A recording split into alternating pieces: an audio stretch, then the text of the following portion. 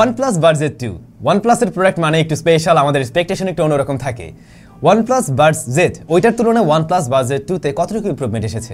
এবারে এখানে ANC রয়েছে, ব্যাটারি ব্যাকআপ আগের চাইতে বেশি পাবেন এবং সাউন্ড কোয়ালিটিতেও ইমপ্রুভমেন্ট এসেছে। এছাড়াও আর কি পরিবর্তন থাকছে, কতটুকু মিল রয়েছে এবং আমাদের ব্যবহারের অভিজ্ঞতা কি ছিল সেগুলো নিয়ে আলোচনা করব। তবে ইন্টারেস্টিং ব্যাপার হলো OnePlus Buds 2 এই মুহূর্তে কিন্তু একটা স্পেশাল অফার প্রাইসে পাওয়া যায়।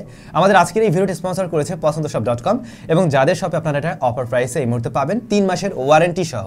ভিডিও ডেসক্রিপশনে পছন্দশপের যাবতীয় ইনফরমেশন দেওয়া থাকলেও তাদের ফেসবুক গ্রুপ পেজের লিঙ্কও দেওয়া রয়েছে, চাইলে সরাসরি সেখান থেকেও যোগাযোগ করতে পারেন। ওকে, ভরিতা করে আর আনবক্সিং করার কিছু নেই, এটা দূরে রাখি। আমরা মেইন জিনিসটা পেয়ে যাব, আর চার্জিং কেবল রয়েছে, প্লাস আপনি ইউজার ম্যানুয়াল পাবেন, এই আর কি।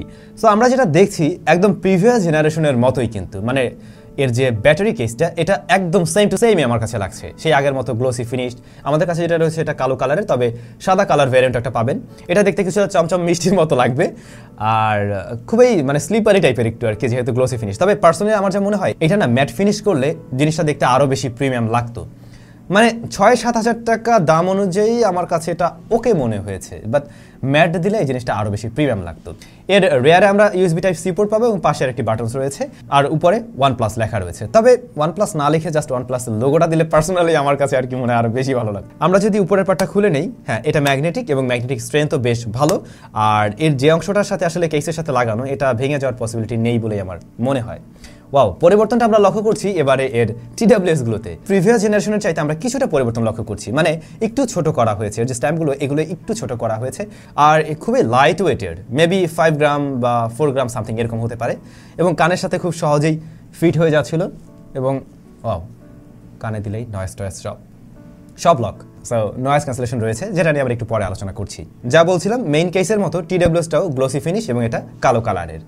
এর যে এই যে রাউন্ড সার্কেল যে জায়গাটা দেখছেন, এটাই মূলত টাচ এরিয়া, যার উপরে টাচ করে play, pause, next, call receive করা এই সমস্ত কাজ করতে পারবেন। আর একটা ভালো বিষয়, এর উপরে টাচ করলে আপনি একটা বিপ সাউন্ড শুনতে পাবেন, সেই ক্ষেত্রে আপনি বুঝতে পারবেন হ্যাঁ এটা কাজ করতে যাচ্ছে। TWS দুইটা IPX55 সার্টিফাইড, এর মানে হলো ডাস্ট প্রুফ, ঘাম ঠাম ঢুকবে না, বা বৃষ্টির মাঝ দিয়েও যদি দৌড়াদৌড়ি করে আসেন তাতে পানি ঢোকার পসিবিলিটি নেই, বাট আবার সুইমিং করতে যেন না। বলছিলাম এতে নয়েজ ক্যান্সেলেশন রয়েছে এবং 3টা মাইক্রোফোন আমরা দেখতে পাবো এই TWS এর মাঝে। এই 3টা মাইক্রোফোন দিয়েই মূলত এই নয়েজ ক্যান্সেলেশন সিস্টেমটা কাজ করে থাকে। কোম্পানি ক্লেম করছে এটা 40 dB পর্যন্ত নয়েজ ক্যান্সেল করতে পারে, এবং আমার টেস্টিং রেজাল্ট বলে না এটা খারাপ না, মোটামুটি ওকে। যদি আমরা 6000 টাকা মেনে নেই সেই হিসাবে এটা ঠিকই আছে এবং ভালো রেজাল্টই আমি বলতে পারি।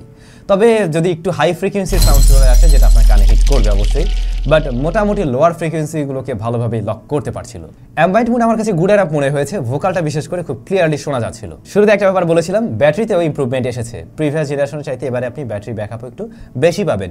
কেস এবং TWS সহ আপনি 35 ঘন্টার মতো মিউজিক প্লে টাইম পেয়ে যাবেন, যা লেভেল বলা যেতে পারে 60 থেকে 80%-এর মধ্যে যদি আপনার ভলিউম লেভেলটা থাকে। বাট এর চাইতে বেশি ভলিউম দিয়ে যদি শুনেন, আবার যদি সবসময় নয়েজ ক্যান্সেলেশন অন করা থাকে, সেটা অবশ্যই হয়তো আরেকটু বেশি চার্জ বার্ন করবে। বাট মডারেট ইউজেসে আপনি 33 থেকে 35 ঘন্টার মতো একটা মিউজিক প্লে টাইম পেয়ে যাবেন। আর একটা ভালো বিষয়, এর যে কেসটা, এটাকে আপনি খুব দ্রুত সময়ে চার্জ করে নিতে পারবেন, ফাস্ট চার্জিং সাপোর্ট করে। কানেক্টিভিটির জন্য ব্লুটুথ 5.2 রয়েছে, যা অ্যান্ড্রয়েড এবং iOS 2 প্ল্যাটফর্মেই কাজ করবে। এবং এর কানেক্টিভিটি স্ট্রেংথ আমি বেশ ভালো পেয়েছি, 10 মিটার পর্যন্ত একদম ঠিকঠাকভাবে রেজাল্ট করছিল, ডিসকানেক্ট হচ্ছিল না। আর OnePlus ইউজার যদি আপনি হয়ে থাকেন, OnePlus এর যদি ফোন আপনার কাছে থেকে থাকে, সেক্ষেত্রে আর একটু বাড়তি ফ্যাসিলিটিস অবশ্যই পাবেন, যেমন কুইক পেয়ারিং এর বিষয়টা। অনেকেরই প্রশ্ন থাকবে, ভাইজান ইহা দিয়ে কি আমি গেমিং করতে পারবো?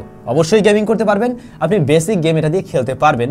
এখানে 94 ms ল্যাটেন্সি রয়েছে, বাট 94 ms ল্যাটেন্সি কিন্তু একটু কম্পিটিটিভ গেমের জন্য বড় ধরনের ল্যাটেন্সি বলা যায়।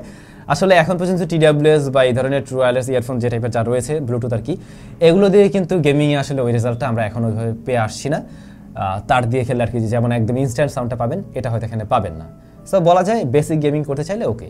ফাইনালি আসল বিষয়, মূলত যে কারণে আপনি এটা কিনবেন, সাউন্ড কোয়ালিটি কেমন ছিল।